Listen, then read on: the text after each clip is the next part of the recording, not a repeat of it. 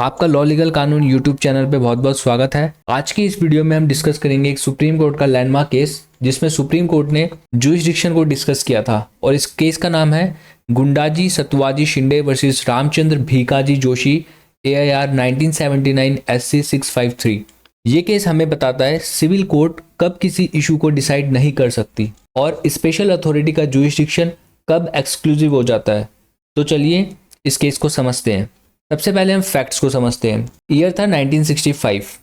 महाराष्ट्र के शोलापुर डिस्ट्रिक्ट में एक एग्रीकल्चरल लैंड थी जिसमें सेलर था रामचंद्र भीकाजी जोशी और बायर था गुंडाजी सतवाजी शिंदे। इन दोनों के बीच में एक एग्रीमेंट होता है एग्रीकल्चरल लैंड को सेल करने का, जिसकी टोटल कंसिडरेशन प्राइस थी 42,000 रुपीज। इस एग्रीमेंट में 5,000 रुपीज अर्नेस्ट मनी भी दिया गया। बाद में एग्रीमेंट एक्सटेंड हुआ और 5,000 रुपीज दिए गए, मतलब एक्स्ट्रा 5,000 रुपीज दिए गए, पर सेलर ने लैंड को ट्रांसफर नहीं किया। तो बायर सिविल कोर्ट गया और उसने फाइल किया सूट फॉर स्पेसिफिक परफॉर्मेंस, मतलब प्लेंटिफ कोर्ट के पास गया कि सेलर से ये एग्रीमेंट परफॉर्म करवाए कि वो मुझे वो एग्रीकल्चरल लैंड सेल करे। अब यहाँ पे ट्विस्ट आ जाता है। डिफेंडेंट यानी जो सेलर था वो एक पावरफुल डिफेंस लेता है। वो बोलता है ये एग्रीकल्चरल लैंड है और Bombay tenancy and agricultural lands के एक्ट के सेक्शन 63 के according non agriculturist agricultural land को परचेज नहीं कर सकता। डिफेंडेंट ने डायरेक्टली चैलेंज कर दिया। क्या चैलेंज करा कि प्लेंटिफ एग्रीकल्चरिस्ट ही नहीं है, और यही बात बन गई पूरे केस का सेंट्रल इशू। अब देखते हैं इस केस में लीगल इश्यूज क्या थे। सुप्रीम कोर्ट के सामने जो मेन क्वेश्चन था कि अगर सिविल कोर्ट में ये डिस्प्यूट अराइज हो कि प्लेंटिफ एग्रीकल्चरिस्ट है या नहीं, तो क्या सिविल कोर्ट खुद डिसाइड करेगा या इशू मामलादार को रेफर करना पड़ेगा under section 70, 85 and 85A of the tenancy act. यही था कोर लीगल इशू। अब देखते हैं इस केस का बैकग्राउंड।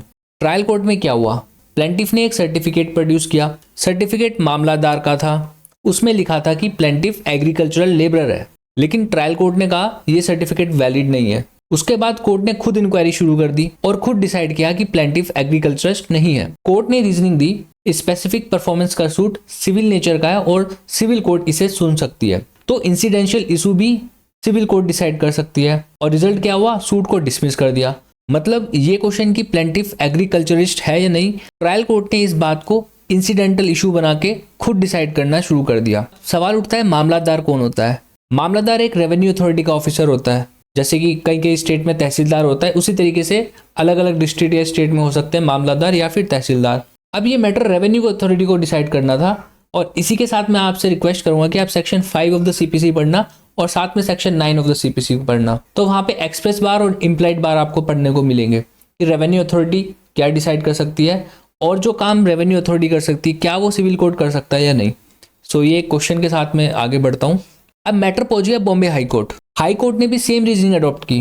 हाई कोर्ट ने कहा सिविल कोर्ट के पास जुरिसडिक्शन है सब्सिडरी इशू डिसाइड करने का, और अपील को डिसमिस कर दिया।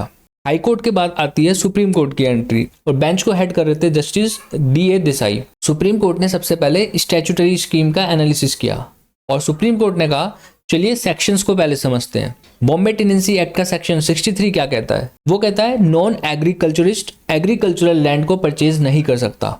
वहीं पे सेक्शन 70 सब क्लॉज A क्या कहता है, मामलादार डिसाइड करेगा weather a person is an agriculturist, और जैसा कि हमने समझा मामलादार एक रेवेन्यू ऑफिसर होता है। और सेक्शन 85 में क्लियरली लिखा है कि सिविल कोर्ट की जुरिसडिक्शन बार्ड है उन इश्यूज पर जो मामलादार डिसाइड करेगा, मतलब रेवेन्यू ऑफिसर डिसाइड करेगा। और साथ ही में सेक्शन 85A में लिखा है अगर सिविल सूट में टेनेंसी एक्ट वाला इशू अराइज करे तो सिविल कोर्ट सूट को स्टे करेगी और इशू कॉम्पिटेंट अथॉरिटी को रेफर करेगी।